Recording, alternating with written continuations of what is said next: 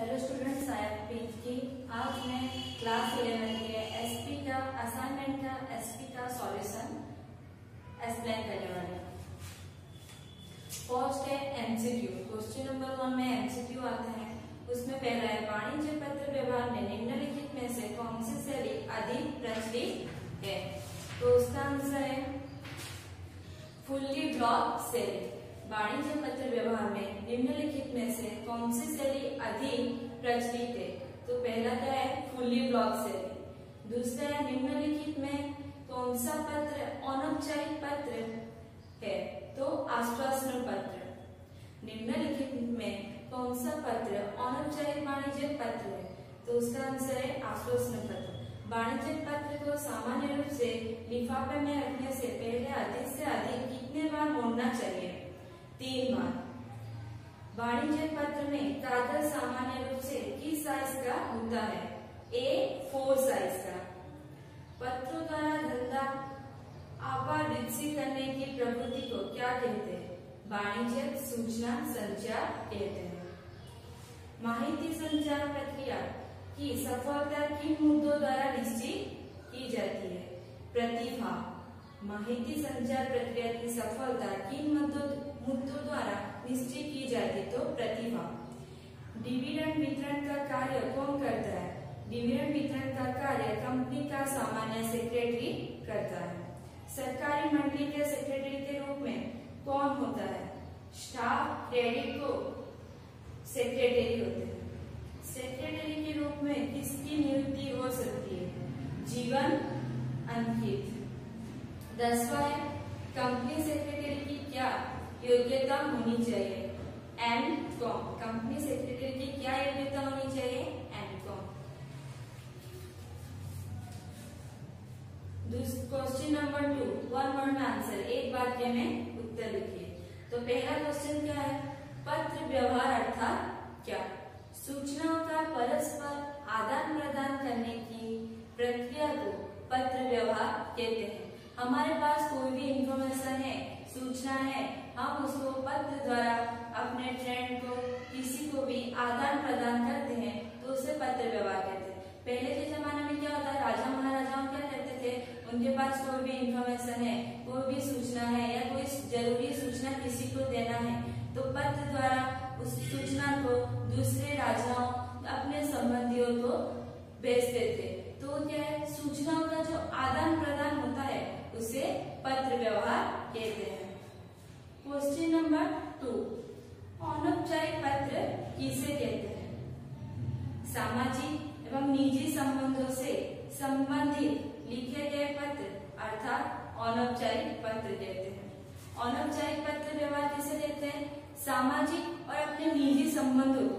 हम अपने रिलेटिव को कोई भी पत्र लिखते हैं तो उसे उस प्रक्रिया को क्या बोलते हैं, अनौपचारिक पत्र। जैसे हमारे फ्रेंड है, हमारी दोस्त है और हमारे सिस्टर भाई बहन है, हमारे फ्रेंड ट्रॉफी जीती है तो हम उसे बधाई देना चाहते हैं तो उसे पत्र लिखते हैं। तो हमारे क्या है, रिलेटिव है।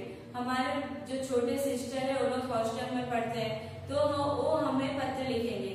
तो हमारे जो पत्र निजी संबंध और सामाजिक व्यवहार के लिए लिखा जाता है उसे अनौपचारिक पत्र व्यवहार कहते हैं।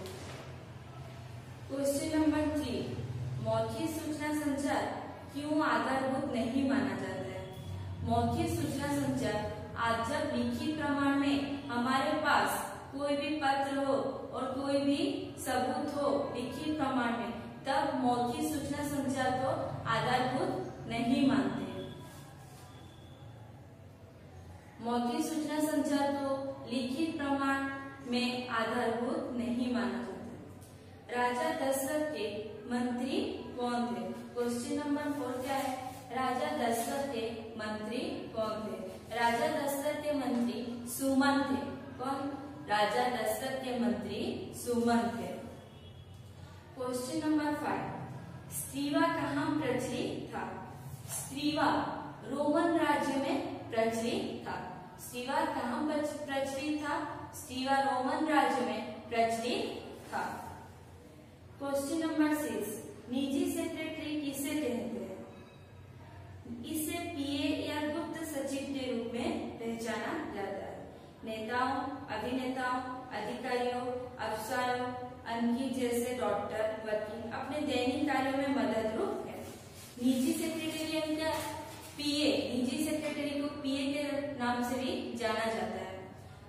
नेताएं होते हैं, अभिनेता यानी सेलिब्रिटी, वो अपने कार्य को संभालने के लिए अपने पास एक निजी सेक्रेटरी रहते हैं, गुप्त सचिव। निजी सेक्रेटरी को गुप्त सचिव भी कहा जाता है। और पीए यानी पर्सनल असिस्टेंट। जो नेताएं होते हैं उनके जो भी कार्य होते हैं, बहुत सारे उनके कार्य होते हैं, कहाँ उनका मीटिंग रहता है, उनके जो भी कार्य रहते हैं वो निजी सेक्रेटरी इसलिए नियुक्त करते हैं ताकि उनके कार्य का देखरेख हो और उनको सारी इंफॉर्मेशन जो भी सूचना है समय पर मिले। निजी सेक्रेटरी नेता, अभिनेता, डॉक्टर, वकील रखते हैं। डॉक्टर अपने असिस्टेंट रखते हैं और वकील के पास भी उनकी एक निजी सेक्रेटरी होती है। क्वेश्चन नंबर 7, केएमपी का पूरा नाम लिखिए। केएमपी का पूरा नाम क्या है? की मैनेजरियल पर्सनल। केएमपी का पूरा नाम।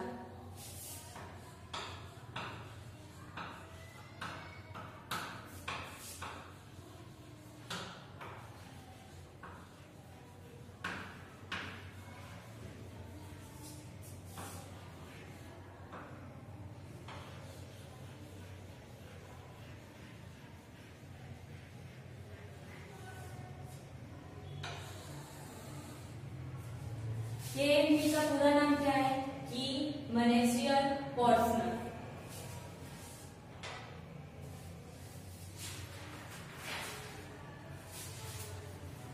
क्वेश्चन नंबर 8 क्या है? फॉर्म एमजीटी 14 का उपयोग कहाँ पे होता है? Form MGT 14। ये क्वेश्चन नंबर 7 था। केएमपी का पूरा नाम क्या है? क्वेश्चन नंबर 8 क्या है?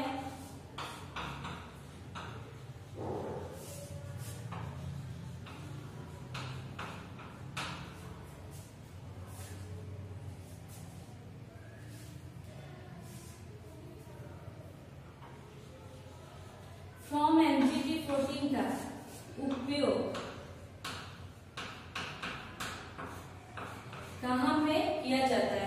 फॉर्म एमजीटी 14 का उपयोग कहाँ पे किया जाता है?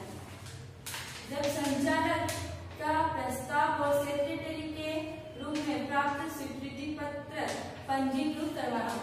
संचालक मंडल से प्रस्ताव पारित करने के लिए और सेक्रेटरी से पंजीकृत जो भी पत्र है उसको पंजीकृत करवाने के लिए केएमपी एमजीटी 14 का उपयोग होता है। एमजीटी 14 का उपयोग कहाँ पे होता है? संचालक मंडल से प्रस्ताव पारित करने के लिए और सेक्रेटरी के पास से पत्र को पंजीकृत करवाने के लिए एमजीटी 14 का उपयोग होता है। कहाँ पे? एमजीटी 14 का उपयोग दो जगह पे होता है। पहला है संचालक मंडल से प्रस्ताव पारित करने के लिए और दूसरा है सेक्रेटरी के पास से पत्र को पंजीकृत करवाने के लिए। क्वेश्चन नंबर 9 क्या है? नया कंपनी कानून कब से अस्तित्व में आया? नया कंपनी कानून 2013 से अस्तित्व में आया। Question number 9।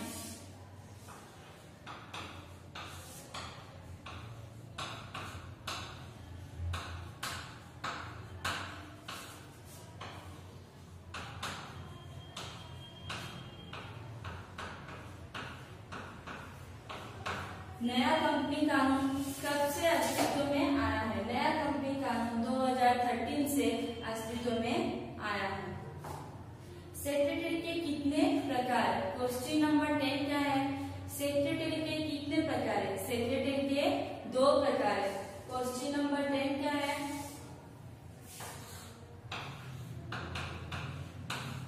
Types of secretary. कितने प्रकार के सेक्रेटरी है? तो 2 प्रकार के।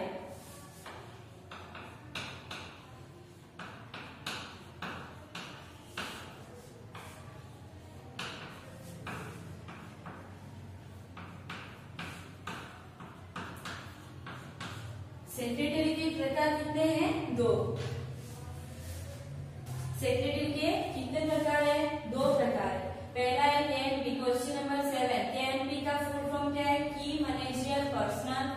क्वेश्चन नंबर 8, फॉर्म एमजीटी 14 का उपयोग। फॉर्म एमजीटी 14 का उपयोग कहाँ पे किया जाता है? जब संचालक मंडल से कोई भी प्रस्ताव पारित करना हो या तो सेक्रेटरी के पास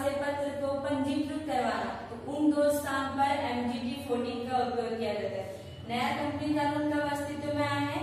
2013 में। फिर 10वां क्या है? सेक्रेटरी के कितने प्रकार है? सेक्रेटरी के 2 प्रकार है। अभी एमसीक्यू एक्सप्लेन हो गया, वन वर्ड आंसर यानी एक वाक्य के उत्तर 10 थे, वो भी एक्सप्लेन हो गया। अभी थर्ड क्वेश्चन है, 2 मार्क है, उसको मैं एक्सप्लेन करने वाली हूँ।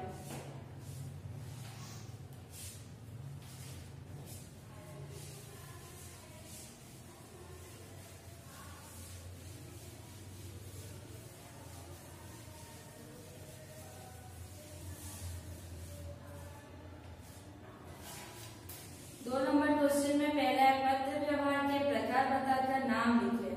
पत्र व्यवहार के कितने प्रकार है और उनका नाम लिखना है। पत्र व्यवहार के 2 प्रकार है। 2 प्रकार के पत्र व्यवहार होते हैं। पहला है औपचारिक पत्र व्यवहार, दूसरा है अनौपचारिक पत्र व्यवहार। औपचारिक पत्र व्यवहार किसे कहते हैं? काम से रिलेटेड कोई भी पत्र हम किसी के पास लिखते हैं तो उसे औपचारिक पत्र व्यवहार कहते हैं।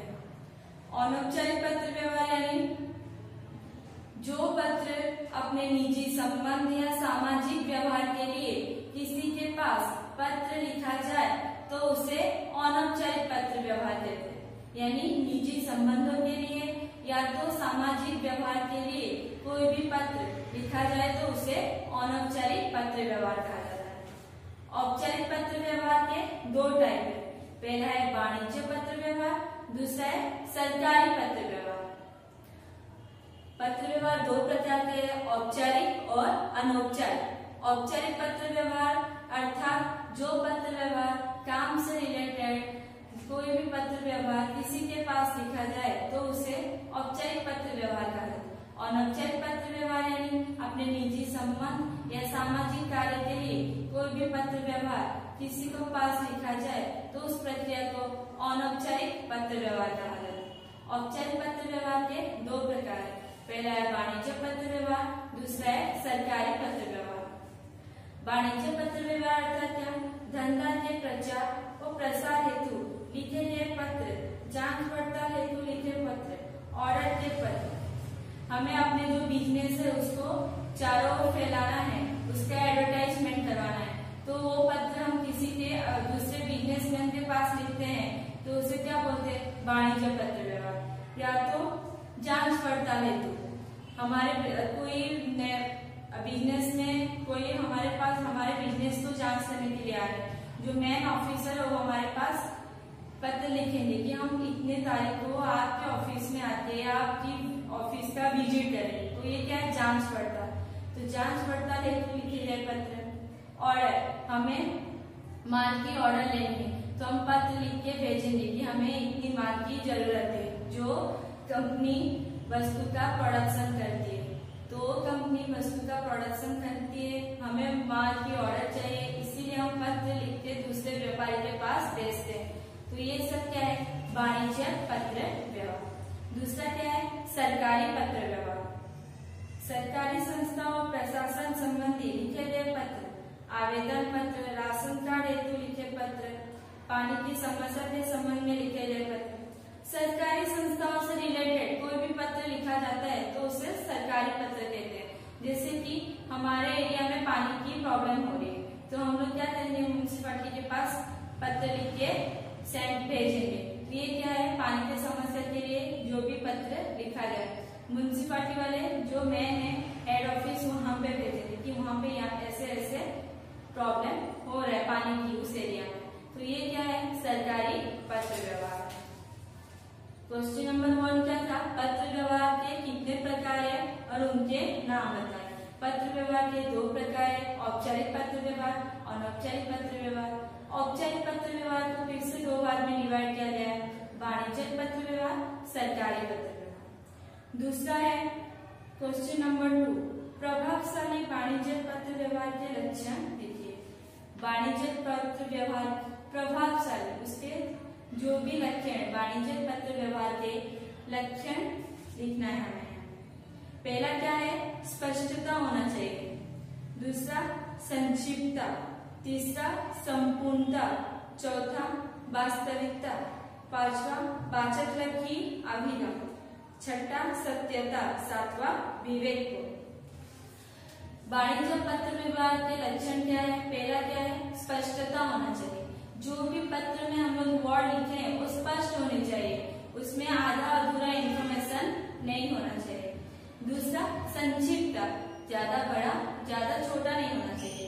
जितने तो हमें जितनी जरूरी है एक पत्र में रहना चाहिए उतनी ही लिखनी चाहिए। संपूर्णता, यानी आधा लिखे हैं आधा नहीं लिखे, ऐसे जो भी प्रॉब्लम है वो पूरे डिटेल में लिखेंगे तभी पत्र संपूर्ण होगा। चौथा है वास्तविकता, जो भी हम लोग हमारी प्रॉब्लम है वो पत्र में लिखे हैं तो वास्तविकता होना चाहिए। ऐसा नहीं कि हमारे एरिया में कोई प्रॉब्लम नहीं है, पानी की प्रॉब्लम नहीं है, वो लाइट की प्रॉब्लम नहीं है, फिर भी हम लोग लिख लिए हैं। वास्तविकता होनी चाहिए पत्र में। वाचक लक्ष्य, जो भी पत्र में वर्ड लिखे हैं वो पढ़ने योग्य होनी चाहिए। गलत जो भी लिखने की जो शैली है वो संपूर्ण और वाचक लक्ष्य होनी चाहिए, यानी उसको संपूर्ण रूप से पढ़ सके हम, ऐसा होना चाहिए जो भी वर्ड है। सत्यता, जो भी लिखे हैं उसमें सत्यता होनी जरूरी है। विवेकपूर्णता, पत्र विवेकपूर्ण, पत्र में जो भी वर्ड लिखे हैं वो विवेकपूर्ण होने चाहिए, किसी को ठेस नहीं पहुंचानी चाहिए। तो वाणिज्य पत्र व्यवहार के कितने लक्षण हैं? 7 लक्षण हैं। क्वेश्चन नंबर 3, सूचना संचार की प्रक्रिया आकृति सहित लिखें। सूचना संचार की प्रक्रिया आकृति बनाकर हमें लिखना है। सूचना संचार का वाणिज्य सूचना, दोनों विश्वसनाओं से सूचना शब्द का उपयोग है। सूचना संचार की प्रक्रिया में पहला क्या है? वक्ता। सूचना संचार की प्रक्रिया में पहला है वक्ता, दूसरा है प्रस्तुतिकरण, विचारों का क्रमचय, तीसरा है संदेश सूचना, चौथा है माध्यम, पांचवा है संदेशों की प्राप्ति एवं अर्थघटन, छठा है श्रोता, और इन सब का रिलेटेड हिस्सा है सातवां क्या है? प्रतिभा। तो सूचना संचार की प्रक्रिया में उसको डायग्राम के हिसाब से हम लोग कैसे बताएंगे? पहले ऐसे करेंगे 1 2 3 4 5 6 7, ऐसे 1 2 3 4 5 6 और 7।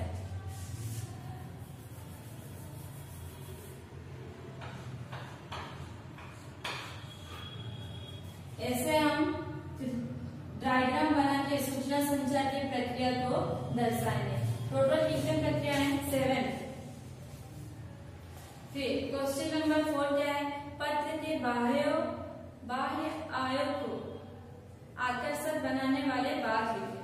पत्र का जो बाह्य रूप है, बाहर का जो रूप है, उसको कैसे हम लोग आकर्षक बनाएंगे ताकि जिसके पास हम पत्र लेके भेज रहे हैं उसका बाह्य स्वरूप अगर आकर्षक हो तभी उसको इंटरेस्ट होगा कि हाँ इस पत्र में इसका दिखावा कितना, उसका बाहर का स्वरूप कितना अच्छा है। तो बाह्य स्वरूप को कैसे हम आकर्षक बनाए? पहला है कागज का चुनाव। जो भी हम कागज पत्र को रखने के लिए जो भी कागज यूज कर रहे हैं उसका चुनाव, जो भी कागज ले रहे वो अच्छी होनी चाहिए।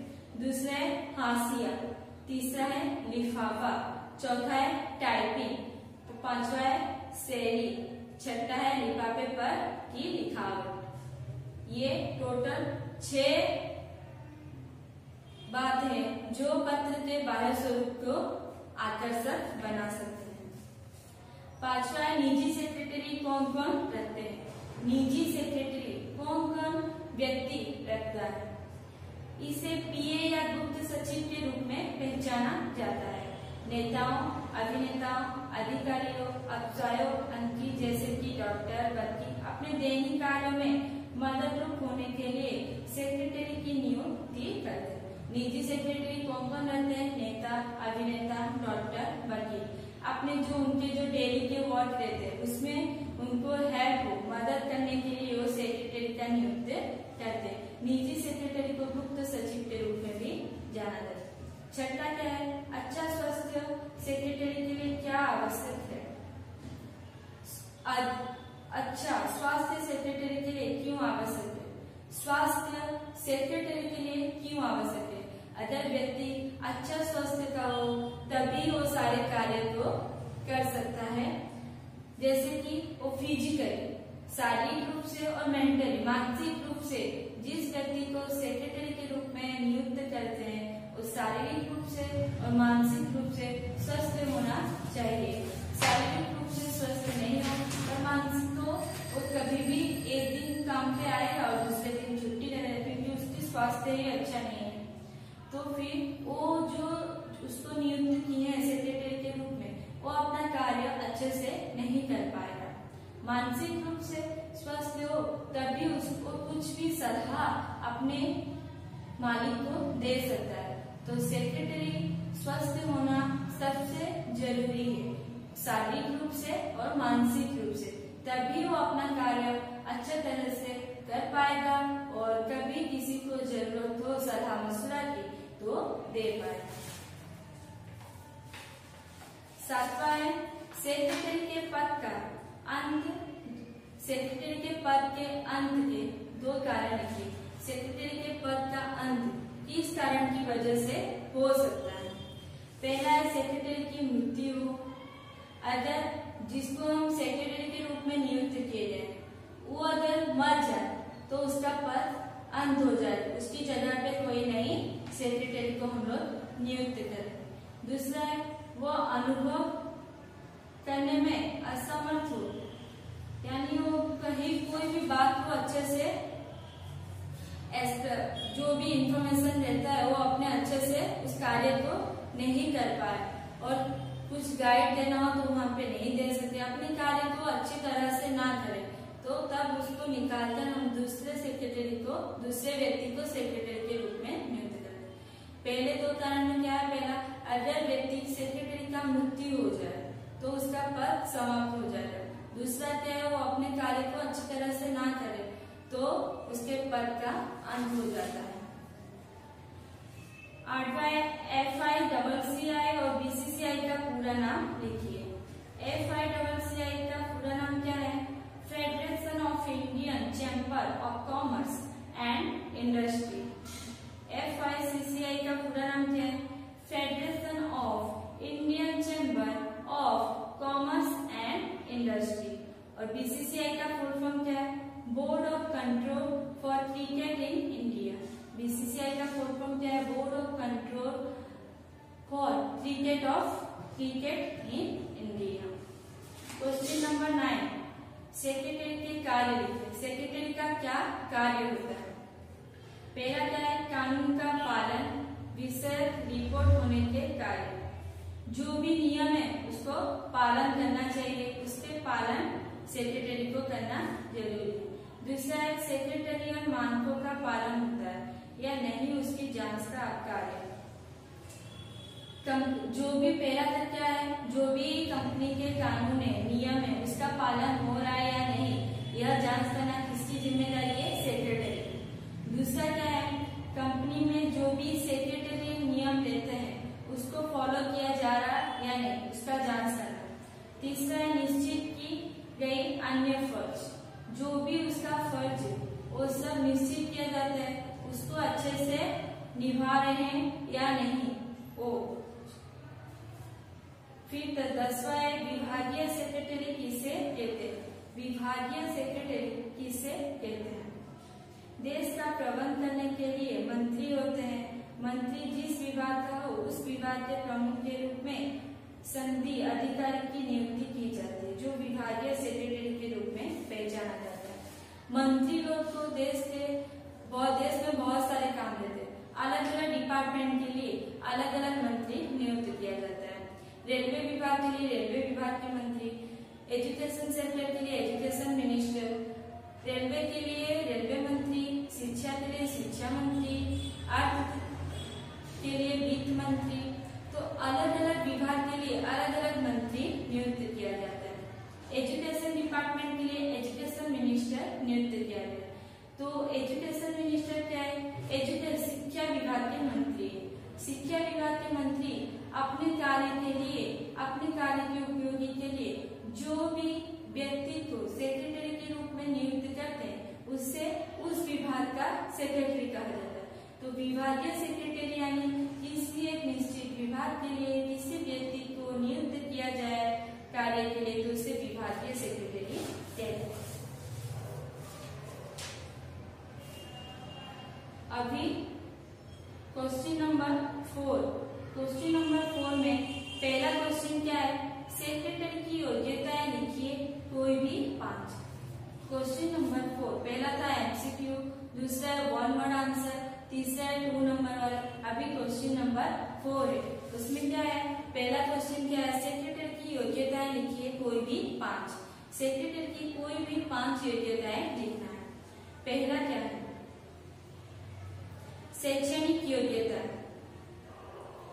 हिसाबी अवस्था का ज्ञान। सेक्रेटरी की योग्यता में क्या है? पहले वो सेक्रेटरी की नियुक्ति के लिए कितना एजुकेशन जरूरी है, कितना शिक्षा जरूरी है, वो पहले व्यक्ति के पास होना चाहिए।